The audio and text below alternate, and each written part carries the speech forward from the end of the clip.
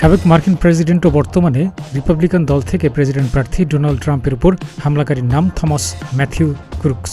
তার বয়স ২০ বছর। যুক্তরাষ্ট্রের নিউ ইয়র্ক ভিত্তিক গণমাধ্যম অ্যাসোসিয়েটেড প্রেস এপি জানিয়েছে, থমাস ট্রাম্পকে যে অস্ত্র দিয়ে গুলি করেছেন সেই অস্ত্র থমাসকে কিনে দেয় তার বাবা।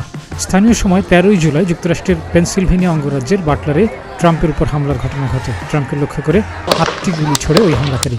গুলিতে ট্রাম্পের কান ছিদ্র হয়েছে বলে গণমাধ্যমে প্রচারিত ভিডিওতে দেখা গেছে। এ ঘটনার পর প্রাথমিক চিকিৎসা নিয়ে ট্রাম্প সুস্থ আছেন।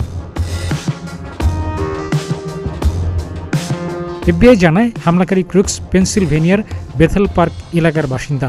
বাটলার থেকে এই শহরের দূরত্ব ৭০ কিলোমিটার। ট্রাম্পকে হত্যা করতে আগে থেকেই পাশের একটি ভবনে অবস্থান নেয় হামলাকারী। মার্কিন গণমাধ্যম নিউ ইয়র্ক টাইমসের মাধ্যমে সত্যতা যাচাই হওয়া সামাজিক প্রচার মাধ্যমে প্রচার হওয়া দুটি ভিডিওতে দেখা গেছে, ওই হামলাকারী ট্রাম্পের মঞ্চ থেকে ৪০০ ফিট দূরে একটি ছোট ভবনের ছাদে স্থির হয়ে শুয়েছিল। যে স্থান থেকে গুলি ছোড়া হয় ওই স্থানের সঙ্গে ওই ব্যক্তির শুয়ে থাকার স্থানের মিল রয়েছে।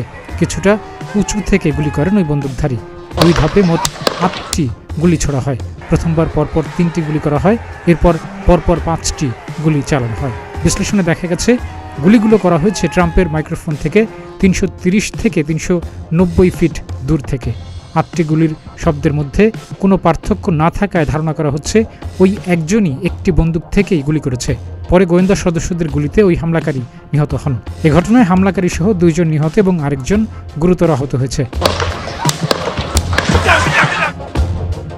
ট্রাম্পের উপর গুলির এই ঘটনাকে হত্যা চেষ্টা ধরে তদন্ত চলছে বলে জানিয়েছে সিক্রেট সার্ভিস। তবে গুলিবর্ষণ করার আগে হামলাকারী বা তার অবস্থান সম্পর্কে কিছুই জানত না যুক্তরাষ্ট্রের কেন্দ্রীয় গোয়েন্দা সংস্থা federal bureau of investigation FBI.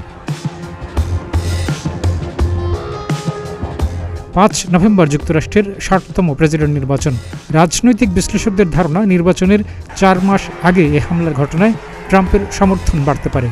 যদিও আন্তর্জাতিক গণমাধ্যম আল জাজিরার প্রতিবেদনে বলা হয়েছে, সম্প্রতি প্রতিদ্বন্দ্বিতাপূর্ণ রাজ্যগুলোতে বাইডেন ও ট্রাম্পের মধ্যে ব্যবধান খুবই কম দেখা গেছে। তবে এই ঘটনা নভেম্বরের নির্বাচনে একটি পার্থক্য তৈরি করতে পারে। জরিপে দেখা যায়, গত মাসে ট্রাম্পের বিপক্ষে বাইডেনের দুর্বল বিতর্ক উপস্থাপনের পর ট্রাম্প কিছুটা উচ্ছ্বসিত। যদিও জরিপে দেখা গেছে এতে ভোটারদের খুব একটা পরিবর্তন হয়নি। বাইডেন ৫০% জনপ্রিয়তা নিয়ে এখনও ট্রাম্পের চেয়ে এগিয়ে আছেন, যেখানে ট্রাম্পের জনপ্রিয়তা ছিল ৪৮%। যদিও বিতর্কের পর কয়েকটি জরিপে বাইডেন থেকে ট্রাম্প এগিয়ে আছেন বলে জানানো হয়। ডেস্ক রিপোর্ট, প্রতিদিনের বাংলাদেশ।